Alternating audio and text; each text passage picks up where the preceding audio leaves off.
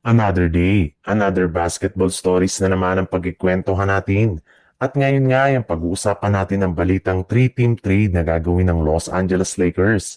At ang balitang may makukuha pa nga daw pong bagong center ang Golden State Warriors. Dahil nga sa ginawang desisyon na ng front office ng Lakers, especially ni Rob Pelinka, ay bumaba na nga sa 13 players ang kanilang kasalukuyang lineup.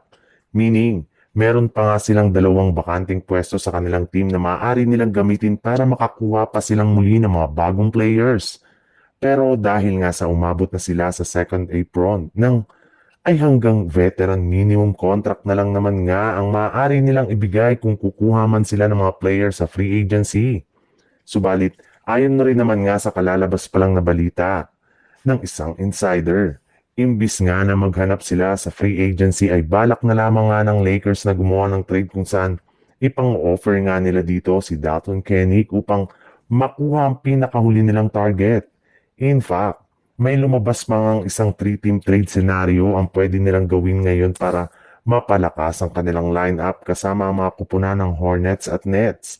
Bali dito nga ay makukuha ng Charlotte Hornets si Nick Claxton.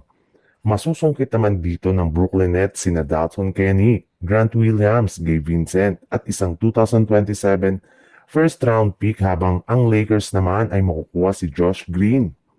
Sa ibang balita naman, kahit man nga napakadaming nagsilabasang rumors patungkol sa Golden State Warriors, ay wala pa nga ni isa man ang nangyayari o nagagawa ng kanilang kupunan ngayong off-season. Kaya patuloy nga silang pinagtatawanan at ginagawang laughing stock ng mga fans lalo na sa social media. Halos lahat nga ng mga kupunan sa NBA ay nakagawa na nga ng move at nakakuha na ng mga bagong players na siyang magpapalakas ng kanilang lineup maliban sa Warriors na nakatenga pa rin makalipas ang 3 linggo.